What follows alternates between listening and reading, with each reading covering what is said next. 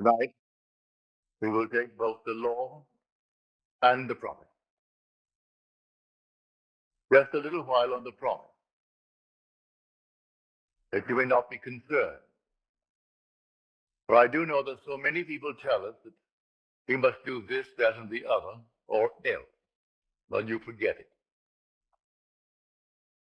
God planned everything as it has come out, and as it will be consummated. It is your Father's good pleasure to give you the kingdom. You do not earn it.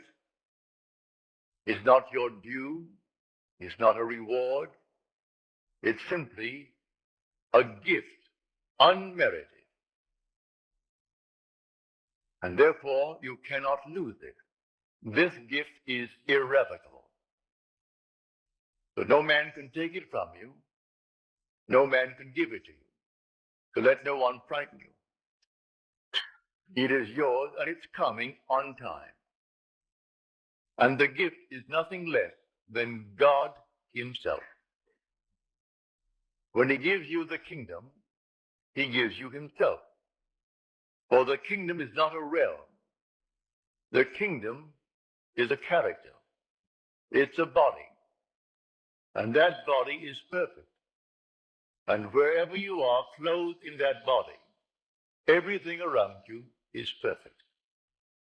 No matter where you go, were you in the petrified forest, it would burst into foliage. Were you in the desert, it would simply blossom like the rose. Were you in the midst of all broken members of society, they would all be in harmony. If you came into a world where there were blind, lame, halt, withered, instantly as you glide by, eyes that were missing would come out of the nowhere and fill the empty socket. Arms that are missing, feet missing, everything will be made perfect because you are present. That is God's gift, which is the gift of himself, which is his body. One day you'll be clothed with that body. So set your hope fully upon the grace that is coming to you at the revelation of Jesus Christ within you. That is the unfolding within you of God and his Son. And this is the hope that makes it wisdom to endure the burden of this long, dark night of time. For as Paul said, I consider the sufferings of this present time not worth comparing with the glory that is to be revealed in us. We are told we are justified by his grace. Well, justification in Scripture is divine acquittal. You're completely acquitted. No matter what you have ever done, you are acquitted. So when we are told, those whom he foreknew, he also predestined to be conformed to the image of his Son. And those whom he predestined, he also called. And those whom he called, he also justified. And those whom he justified, he also glorified. So justification is simply divine acquittal. And glorification is the gift of God himself to you. So that man then matures when he becomes his own Father. So we say, it is the Father's good pleasure to give us the kingdom. In giving us the kingdom, he gives us himself. In giving us himself, man becomes his own Father. So let no one worry you, let no one in any way suggest that you've got to do something to earn it. You cannot earn the kingdom. You cannot earn this gift. This is a gift, unmerited, and it's not your due. Were it your due, then it's not a gift. It's not given as a reward. You are made fit for the kingdom. And your fitness for the kingdom is the consequence, not the condition of his gift. The minute he gives you himself, you are fitted for the kingdom, and you are the body of God. And everything in your presence while you wear it is made perfect. But having given us the promise comes first in Scripture. Then we are told he gave us the law to cushion us while we as pilgrims walk through the furnaces. And so we have a law. Man is not aware of the law. Even the wisest of men, they're not aware of it. I'll go back now to 1949. I was in Milwaukee. I gave a series of lectures on the Bible. And this couple, he was a physicist, the head physicist of Alice Chalmers. They're a huge, big manufacturing firm making these turbines, sometimes bigger than this interior. And he was the head of the chemical department, where they were sending water from all over the world who bought the turbine. And he would analyze the water to discover the problem that they faced. Because the water, as it came through the stream, gathered the chemicals. And then the chemicals deposited itself within the turbine. And so they would send him samples of the water. And then he would analyze the water and then send them the solution to their problem. Well, being a trained chemist and the head of the department, he didn't take issue with me, but he said, Neville, I can't quite go along with you. Because as a chemist, it's in conflict with my training. You tell me that you can go forward in time, that you can move backwards in time, that all things are. And everything is now, at this very moment. And yet you're telling me you can make things change, and it's in conflict with my training. We have a law known, said he, and we call it entropy. And entropy means that the past is fixed and unalterable. You cannot change it. If that could be changed, it throws everything out of kilter in my lab. I must know the past is unalterable, like braiding a lady's hair. And the braided part, that's fixed. The rest is future, not yet braided.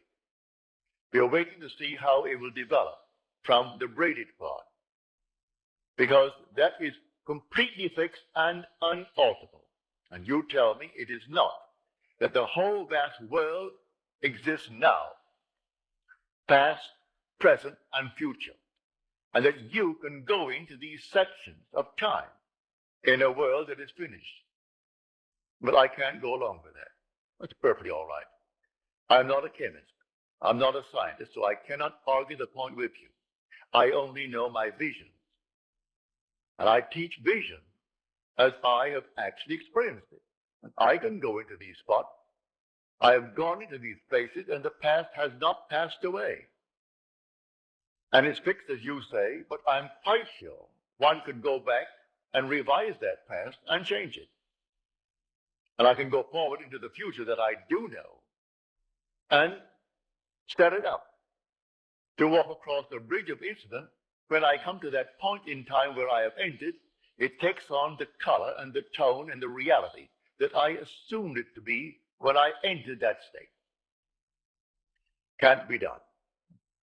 But he was a very honest man, as most of these fellows are. They're trained to be honest. How else could they achieve what they do achieve in science unless they're perfectly honest with themselves? Well, in the month of November, I received a letter from him. And he sent me the Science News letter dated October the 15th. And it was all about the positron. And the one who wrote it was Professor Richard Feynman. He was then professor of physics at Cornell University. 20 years later, only last year, they granted him the Nobel Prize in Physics for that paper. It took them 20 years to recognize what he said as theory back in 1949. And if I can quote it, this is it. The positron is a wrong-way electron. It's wrong way in every sense of the word. It moves backwards in time. It moves from where it hasn't been and speeds to where it was an instant ago. Arriving there, it is bumped so hard, its time sense is reversed, and it moves back to where it hasn't been. Now, that is not Neville speaking. That is Professor Feynman. For that, he got the Nobel Prize last year. He said it's not only backwards in that sense, but even its charges backwards. It's a positron. It's positive and not negative. And yet it is an electron. When they first observed it, or rather had it as theory, they did not want to admit it, but yet it fitted in with Einstein's theory, mathematically. So they had to in some way accept it, but no one had ever photographed it. Then came someone who photographed it in their study of the cosmic rays. And here it was the actual positron. It seemed as though two were developed at a certain point. And it wasn't, said he, that one coming back, which was the positron, should, if it is bumped, it should be deflected and continue on its course, but deflected course. On the other hand, if it's bumped so hard, it's not deflected, it's reversed and moves forward in a normal manner to where it hasn't been. Well, I told him that I would sit at home and I would go into a section of time, even this year, for instance. This is now only April. I put myself in Christmas. I would feel the stores are all dressed for Christmas. I could hear the music of Christmas, all the carols. I'd walk through Saks Fifth Avenue in New York City, going to Best, going to the other, and I would feel all that I would feel if it were true that it's Christmas. That is the month of Christmas. And then when I feel that it's all Christmas, then I would feel that things are as I desire them to be back in the month, say, of March or July, which was certainly not Christmas season. But take a hot, hot day in July, and I'm feeling it to be cold, and snow on the ground, and all the dressings for Christmas. And then I would open my eyes and bounce back and shock myself, because it seemed so real to me that when I came back and opened my eyes upon July, and it's hot, I thought, now, are you kidding yourself? No, when I went forward in time, quite normally, waiting out the days, the months, to the month of December, things happened as I actually had assumed that they would. I went forward and predetermined what would happen. Well, when he sent me this, he wrote a sweet, lovely letter saying, Neville, I must confess, I didn't see it. No one saw it until Professor Feynman in his lab discovered this. But he discovered it by theory. And you tell me you know it by vision. You're not a scientist, and yet all that you said to me, which I could not believe, and even in this moment, it's difficult for me to believe. Here comes the great professor, a theoretical physicist, and he is the one who wrote this paper. For that, he got the Nobel Prize last year. He worked on our atomic bomb. He worked on the hydrogen bomb. Then he asked the government to relieve him of the secrecy imposed upon him because of his position. And he came here to Caltech and taught at Caltech theoretical physics. He said, I want the freedom of imagination. I didn't want to be confined with the secrets of government so that I could not express myself. Leave me alone, all in theory. So he goes blindly on with his mathematics and his theory, bringing out these concepts, all theory. Well, mine is not theory. I go into these states. Now, look at it this way. See the whole vast world as infinite states. All states. If they're all states, and you are an immortal being, you are not a state, you are immortal. You enter a state, and the state becomes alive. Therefore, you are not to blame if you enter a state unwittingly, and it's a horrible state. Man not knowing, yet you are in a state, they condemn you. But you have to express the contents of that state. If you enter the state of poverty, you have to experience poverty. If you remain in it, you must go and drink that to the very last drop, the dregs of that cup. If you go into any state and remain in that state, you're going to drink it to the very last drop.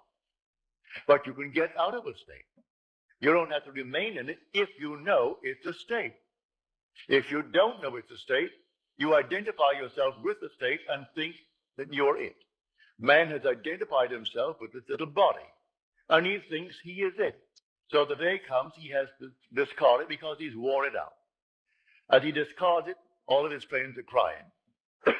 They think he died. He can't die.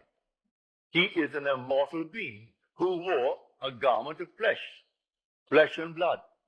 That same being who goes into states, remaining in a state, and the state has to be expressed by him who resurrected the state. For I am the resurrection and the life of that state. Now, you can change an individual with or without his consent if you so desire. Here is the story of a friend of mine. I persuaded him to give up his job here.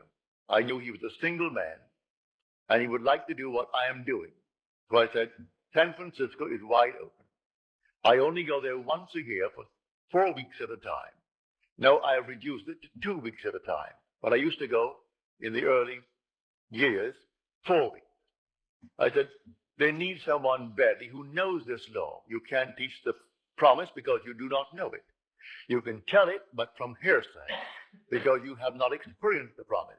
But you do know the law. And you are presentable, you are a gentleman, you go up there, I will not give you any money, but I will give you my mailing list of 500. It's a live list, and you send out my list. When I go, I will tell them that I allowed you to have my list, and I will get behind you in that manner, but not in any other way. You've got to go on faith. Well, he quit his job here. He had seniority of 8 years in the place that he worked.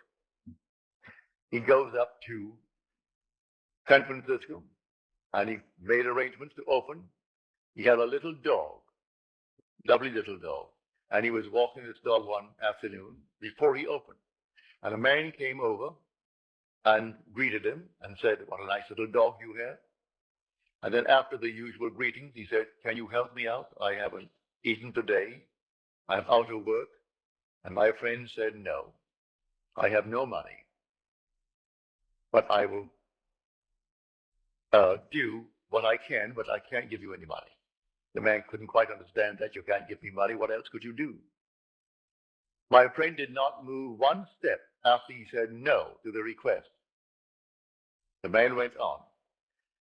He remained there until he imagined that man in his presence, gainfully employed, happy in the job, and standing on his own feet. That was taken the story in the book of Acts, when a man came to John and Peter, and he could not stand on his own feet, and he was begging at the temple door. And Peter said, gold and silver have I not for thee, but such as I have give I unto you. Rise and walk. And he rose and walked. It doesn't mean a cripple jumped up and walked. That's an entire different structure that I do know is possible when you wear the garment of God. You couldn't come into the presence of anyone as a cripple. The minute you came by, he ceases to be a cripple. If he has no feet, feet come and fill the sockets. If he's blind, they come in and fill the sockets. And he is not blind. And you do nothing to do it. No compassion. You simply are so perfect that nothing imperfect can remain in your presence. But in this case, on this level, no one is actually going to jump up from the crippled state and start walking. But he takes a man who is crippled, who is standing on other people's feet by begging from them. Well, a month later, he was walking his dog and he saw this man and he crossed the street. The man crossed the street and came over to him. He said, I don't suppose you remember me. He said, oh, yes, I do. I remember you just about a month ago that you asked me for money. He said, yes, I want to thank you for not giving it to me, and extended his hand to my friend. He said, had you given me the money, I today would be asking you for money. Because you did not give me, I was so embarrassed and so annoyed with myself that I put myself in that position. I went out the very next day and I got a job, a good job. It pays well. And it has promise of growth. and I'm very happy in the job. So again, let me thank you for not giving me the money. He put the man on his own feet by representing him to himself as one gainfully employed. That's what I'm talking about when I tell you the all states. He took him out of one state and put him in another state. The man who is in the new state is the same man. You are an immortal being. You are changing only when you fall into a state. And others who knew you well in one state think, what has happened to him? You either go up or you go down. If they see a radical change, and they wonder what has happened to him. He is affluent, he is this, he is that, or what has happened to him? He used to be, look at him now. And not a thing changed with the immortal being who occupied the state, other than the state. He changed the state. Man, not knowing that, he condemns the state. When it's not the being that you're looking at a state. So God forgives everyone. He justifies everyone because he knows they're only in states. And the Lord created all these states. These are the states. So that's what Blake meant when he said, I do not consider the just or the wicked to be in a supreme state, but to be every one of them states of the sleep, which the soul may fall into in its deadly dreams of good and evil, when it left paradise, following the serpent. Following the serpent, when man left that heavenly state of innocence and came into a world of experience, of educative darkness, and experienced generation. For here we are generating and multiplying these garments to clothe the innocent one who has come down. So the whole drama is from innocence through experience to an awakened imagination. When the imagination completely awakes, that's the divine body, Jesus. That's God. And it takes all of this journey. We are the pilgrims moving through states. So I tell you, master the art of moving from one state to another state. You are not the state. You never have been, and you never will be. The state, if you are going to condemn the state, but why condemn anything? Moving out of a state into another state. Move yourself out of one state into another state. The other states can't be done. Leave them alone. They say can't be done. You go about your Father's business, moving from state to state as you desire it. Now it all starts with a hunger. It starts with a real desire on your part. And all these infinite states are simply to satisfy the hungers of men. So you want to be good, as you understand good to be. You want to be wealthy, as you understand it. You want to be famous, as you understand it. All these are states. Go into the state before you are qualified. Go into the state and stay there. The state has all the things necessary to externalize itself. But you are the occupant power. You have to go into the state and dwell there. Now, as I go into it, let me remain in it. If I come back like the positron, I'm simply going to be turned right around. I'm not going to be deflected and continue my journey in the same direction, only deflected. I'm going to be so shocked. And everyone is shocked. When I go into a state and it seems like this, it seems so real. When I open my eyes, well, here I am, back there. But that shock turns me around from that return to my motion forward now as an electron. I'm not a positron anymore. I was a positron when I actually started back in time.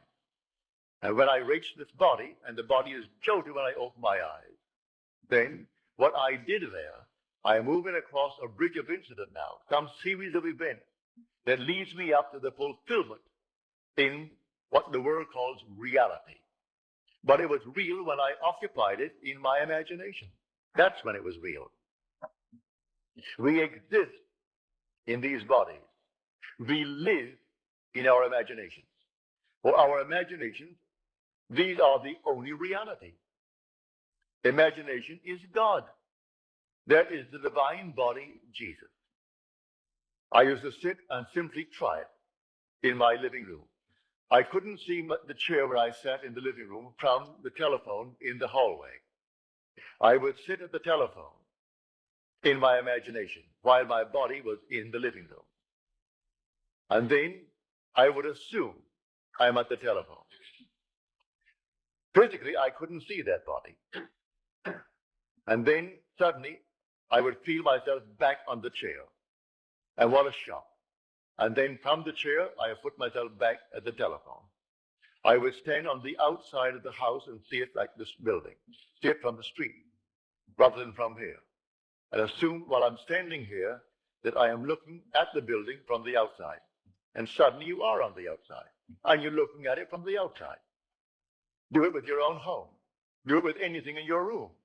And that gets you sort of in a state of moving. You become mobile, as it were. And it's easy then to occupy any state. And the only state. So when someone thinks themselves so important, it's only a state, but all right, that state in itself is important to them. And anyone occupying that state must do exactly what they would do. If I were in the state of Hitler, I would do the same thing Hitler did. Because it's a state. And if I fall into it, knowingly or unknowingly, I've got to play that part. So he does not consider the just or the wicked to be in a supreme state, but to be every one of them states of the sleep, which the soul falls into when it leaves paradise, following the serpent. That serpent of generation. So here, you can be what you want to be if you know that all these are only states. And in the end, you are justified. You are completely exonerated. You are acquitted, divinely acquitted. So let no one frighten you as to what you must do to earn the kingdom. You do not earn the kingdom. It's your Father's good pleasure to give it to you. And it's a gift that is not your due. It's not a reward for any good things you did.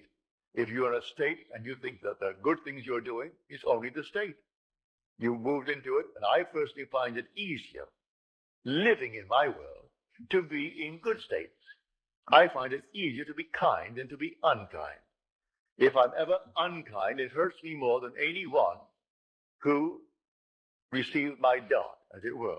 An unkind remark hurts me more than the one who received it from me. So I find it easier to be in that sort of a state. But eventually, you will completely awake with a gift, and the gift is God himself. There's nothing but God in this world. But nothing but God. Someone called me up and asked me about devil. That she went down to this Christian Science practitioner who now feels he is now hungry with devils. Well, they teach devils. How the devil does this, the devil does that. Are just getting away from the first and great commandment, which is the great commandment, the Shema, the confession of faith in the Hebraic world. Hear, O God, the Lord our God, the Lord is one. The minute you get away from that, you have a devil. There's another God, another creator, another something. And you have 2, you're going to have 4, you're going to have 8, 16, 32, and so on. Always come back to that fundamental state. There is only God. And God is your own wonderful human imagination. When you say, I am, that's God. There is no other, and never will be another God. He is going to unfold himself within you and completely awaken. And when he awakens, you are God. And then you'll be clothed in that heavenly garment. And I'm telling you, it's a heavenly garment. I can't describe it other than to tell you, when you're in it, you're not standing on the earth. You're lifted off, as it were. And I can only describe it as air and fire. And when you glide by and the sea of humanity, imperfect, you do not raise one little finger to change them. No compassion, because they cannot remain that way when you go by. And as you glide by, everyone is made perfect. Everyone, not one is left out. Doesn't matter what he did to lose his eyes, what he did to lose his arms, to lose his legs, to lose his tongue. It doesn't matter what he did. In your presence, he cannot remain imperfect. And everyone is made perfect. That is the kingdom. So it is your Father's good pleasure to give you the kingdom. So set your hope fully upon this gift. And then you can endure the temporary ills of the world. Because we are moving through all these things, and not every moment of time are we alert to these states, and we can fall into it by reading the newspaper, fall into it by hearing a news bulletin, fall into it by a little conversation with a friend. And there we slip innocently into a state. But the state isn't concerned. You animated it. You made it alive when you entered it, because you are the only resurrecting power in the world. You are the resurrecting, living power of the world. And that power is your own wonderful human imagination. So everyone here, put your mind at peace and don't think for one moment by being good, as the world calls good, by attending certain services and doing certain things and observing certain things, that there's something on the outside watching you and marking up some little thing in your favor. No, you're simply waiting for that appointed moment when he unveils himself. So you'll set your hope fully upon the grace that is coming to you as the revelation of Jesus Christ within you, which is the Lord and his Son. That is Jesus Christ. The Lord and his Christ. And Christ is the Son of God. And no one can say Jesus is Lord except by the Holy Spirit. And the Holy Spirit is the remembrance.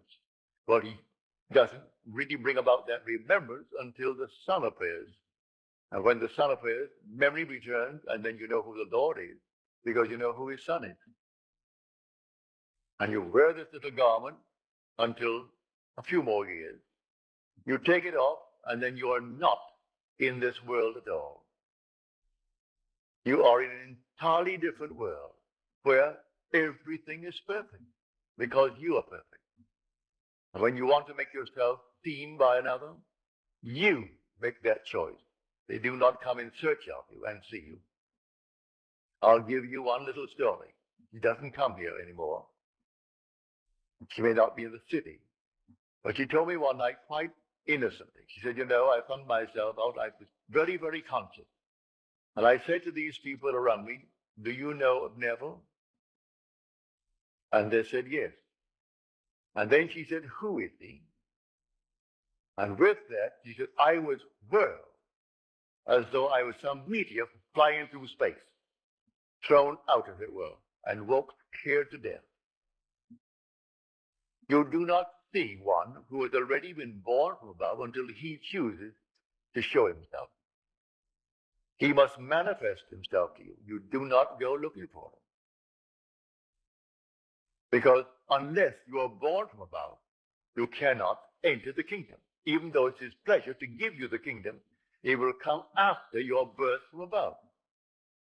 Prior to that birth, he can't give you the kingdom.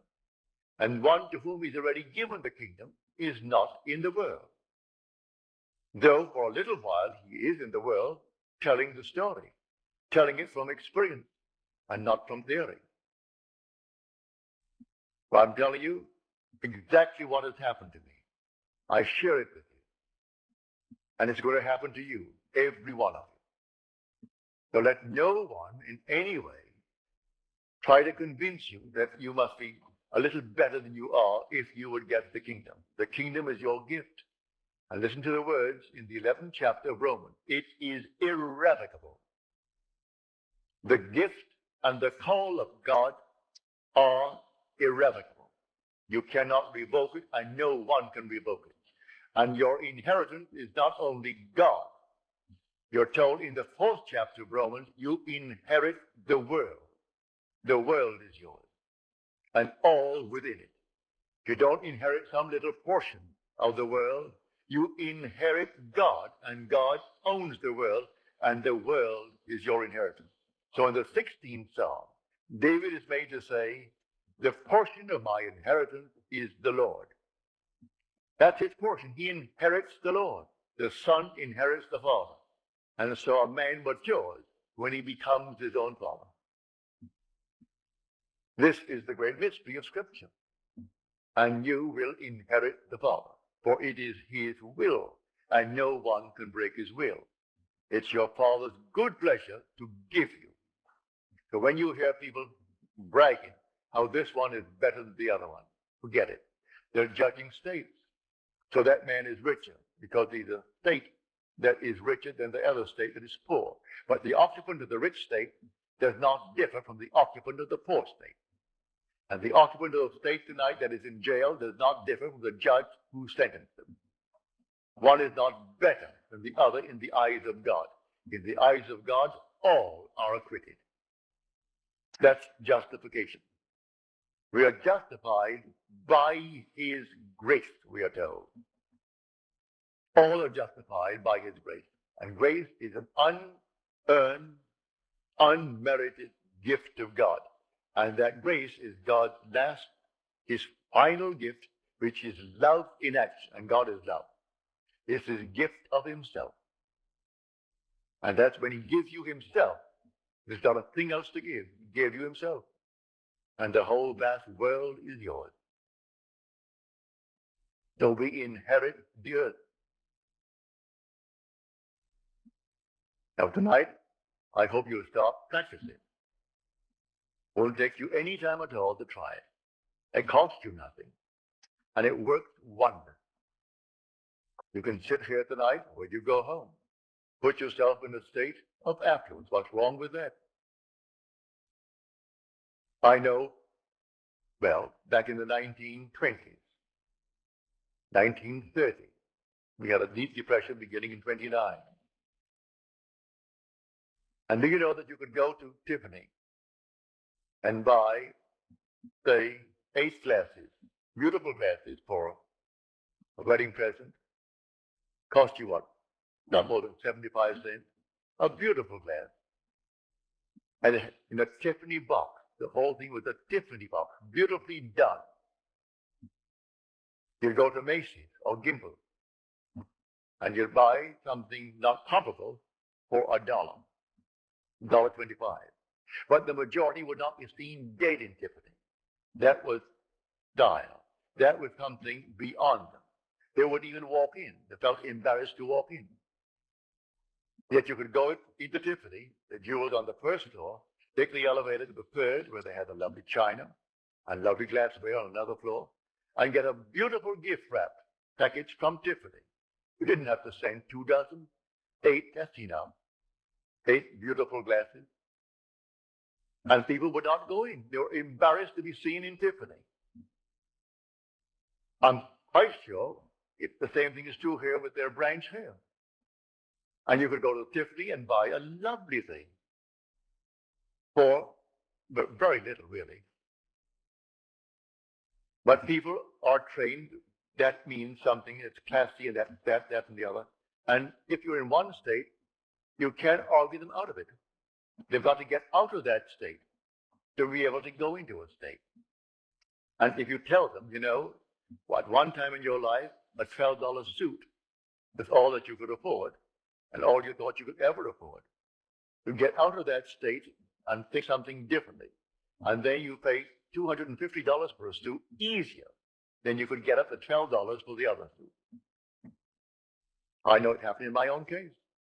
When I began to buy a suit for $250, it was easier for me to pay $250 than when I had to get up $12 for a suit. That if it rained, I had to start running, or I couldn't get out of it. Now that is life.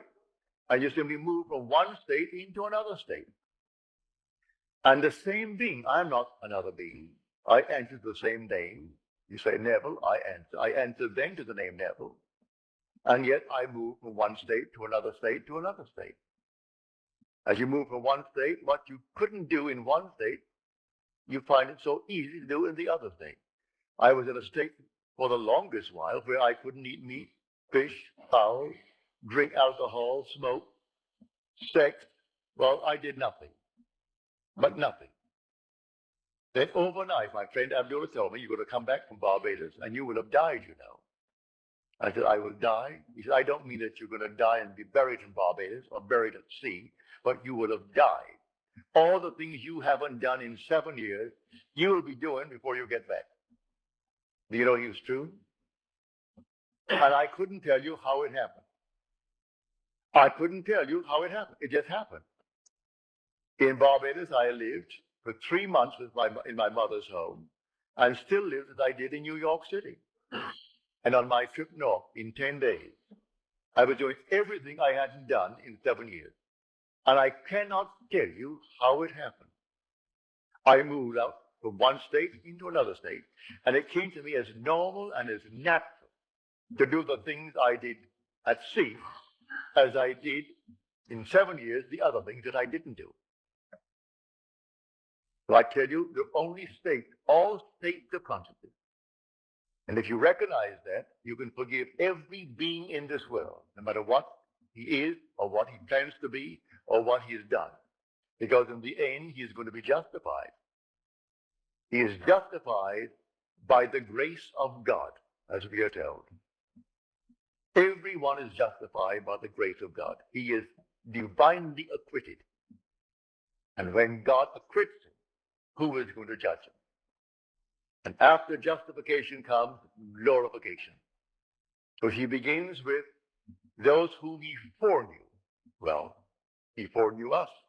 He chose us in him before the foundation of the world. And if he chose me in him before the foundation of the world, then he knew me. And those whom he foreknew, well, then he also predestined. He predestined them to be conformed to the image of his Son, that which reflects his glory and radiates his glory and bears the express image of himself. I am destined to be that, to be the express image of himself. And those whom he then predestined, he called. Call my sons from afar and my daughters from the end of the earth. Call them all. And he's calling us one by one by one, for we are so altogether unique. He can't call us in pairs. Call us one by one. And those whom he called, he also justified.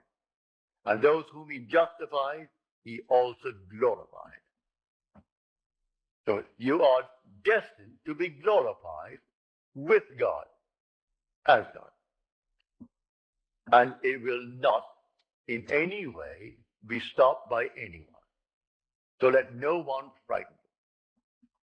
From the pulpits of the world, every Sunday morning, they try to scare the people to death, set themselves up as the criterion of what people ought to be. In other words, look at me, they will say, and follow me.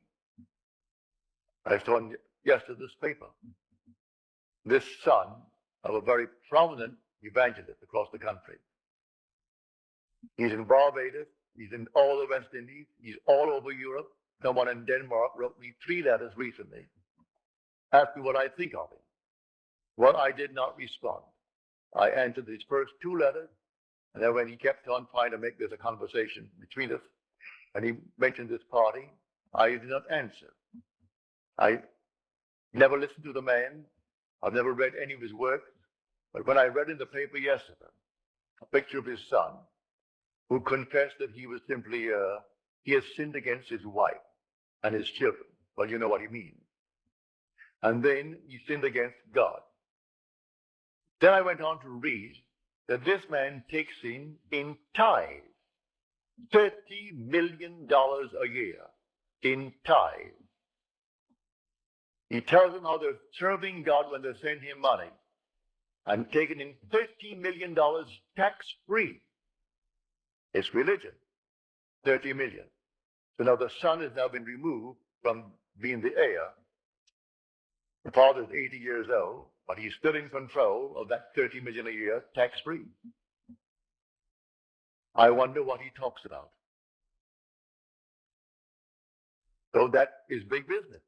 When you go into that sort of money, that's big business. And you have no room in your mind's eye for any spirituality, none whatsoever. And you can take that greatest of all books and make a mess of it. Interpret it as something that is taking place here in secular world. It isn't secular at all. This story is profoundly, well, it's all spirituality. It's God's plan of redemption. It has nothing to do with the secular world. And I tell you, the future of America, the future of Russia, the future of China, it's not in Scripture.